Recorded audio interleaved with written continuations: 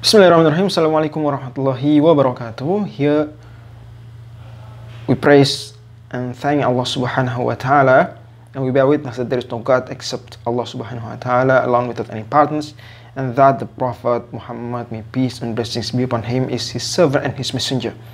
Amma ba'd, in this video we'll try to learn how to recite Surah Al-Lahab as the Prophet Muhammad sallallahu alaihi wasallam has used to recite it. Okay, Surah Al-Lahab or Surah Al-Masad, some of you may call this surah like that, consists of 5 verses, and let's move to the practice session. أعوذ بالله من الشيطان الرجيم بسم الله الرحمن الرحيم. Great. تبت يدا أبي لهب وتب. Oh, you find some quite strange thing here.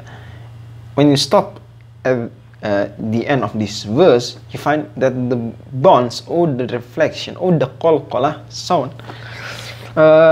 was not exactly at the time of stopping.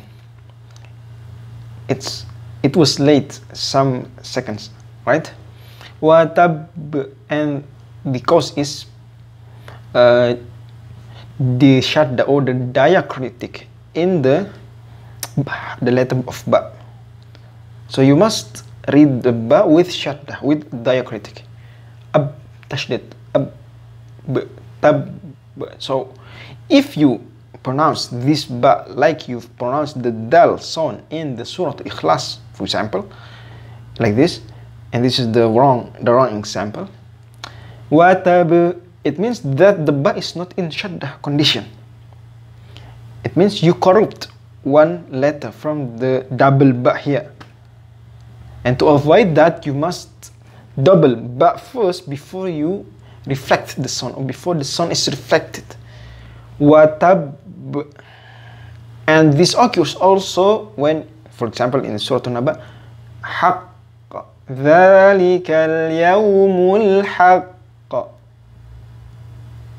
Or the other examples in the Quran when you stop and the call at the qalqalah letters, but it is shadda in the shadda manner. It's double letter here, it's diacritic, so you must not to say stop, but you must pronounce as it is in shadda condition. So the qalqalah will be late for some seconds. Watab, in order to pronounce it with shadda as it is written. Is it understood? Great. Again. Tabbat yada abi lahabi wa tab. Great. And here you find that when we pronounce the ta sound, but it's in the sukun condition, the silent ta, sukun ta, you hear the hams voice, the whisper voice. It is not the S sound. Remember, not tabbat. No, it's wrong. But rather it is tabbat. You still in the makhraj of ta, but you release the tongue slowly. Because its nature, its characteristics. One of the ta characteristics is the hams. فحثه الشخص سكت. These letters they have nature of hams, whispering. When you say it, especially in the sukun manner, you release this kind of sound like ak, at, af, ah, like that. Hams voice. Okay, again. Tabbat. Great. And do this especially for ta and kaf, because these two letters are the only two letters of the shaddah letters which have the nature of the hamas. So there are letter of hamas. فحثه شخص سكت فحثها شين شا خا شخص صاد صا سكت سكت, and then you have shiddah letters. قد say سبع من شديد لفظ أجد قطن بقت, as Ibn Jazzi say أجد قطن بقت. So Hamza Jim Dal qatin qafta ba kafta, only two letters that have these two actually contradictory characteristic, kaf and ta. So at the same time it is the hamas letter, and at the same time it is on the other hand the shiddah letters. So you must pay attention to these letters when they are in the sukun manner. Ak, at. Okay, again, and then this next verse. ما أغنى عنه ماله وما كسب. Remember the going sound like in Surah Al-Fatiha? Sorry, this adhan sound here. I will post the video for a while. Okay, so ما أغنى, like in this in the Surah Al-Fatiha, you say maghdu, maghdu, maghdu. Remember, ghain isn't the letter of qalqala, so don't reflect the sound of that. The letters of qalqala are only 5 letters. They are qutbu jadin, qaf, ta, ba, jim, dal, and all of them also, as well, the letter of, or some letters of shiddah. Okay, we continue to the next verse. Here we find Sayawsla naran dhata lahab. Great. Again, Sayawsla naran dhata lahab. So here we have the sod letters, sod letter here.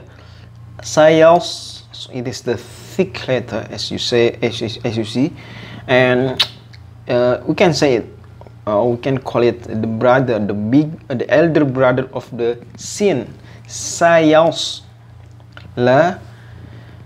But don't make the lam after this soda as thick letter. So don't say Sayaws lo, rather it is Sayaws la. You must pay attention to this lam. You must open your mouth widely. Sayaws la, in order to keep it thin, not thick letter. Okay. Naran dha. Here we have ikhfa, or to hide the gunna of nun, or here tanwin, because tan actually it is actually nun also. How to recite this ikhfa? Because it is before the dal letter, so you must make your tip of tongue, make the tip of your tongue so close to the makhraj of dal. Now don't touch, but don't touch it. Don't touch. Now no. Rather, you just make your tip of your tongue so close to the makhraj of dal. Now that talahab. Okay. وَامْرَأَتُهُ حَمَّالَةَ الْحَطَبِ. Great. فِي جِيدِهَا حَبْلٌ مِّن مَّسَدٍ. MashaAllah. So here we have jim, and don't forget that the makhraj of jim in Arabic alphabet is different from the makhraj of J sound in Indonesian or English. In Arabic, you don't use your teeth. Rather, you just use your middle of your tongue. the middle of your tongue. Ja, ja, ja. The makhraj of jim in Arabic alphabet is exactly the same makhraj of ya and sha. Fi, ji, and dal. Don't forget the makhraj of dal, the unique makhraj of Arabic dal. Hablum min masad. And that's all for today. Inshallah, we will meet again at the next video. May Allah subhanahu wa ta'ala protect you, and don't forget to recite the Quran regularly every day. May Allah subhanahu wa ta'ala always bless you. Assalamualaikum warahmatullahi wabarakatuh.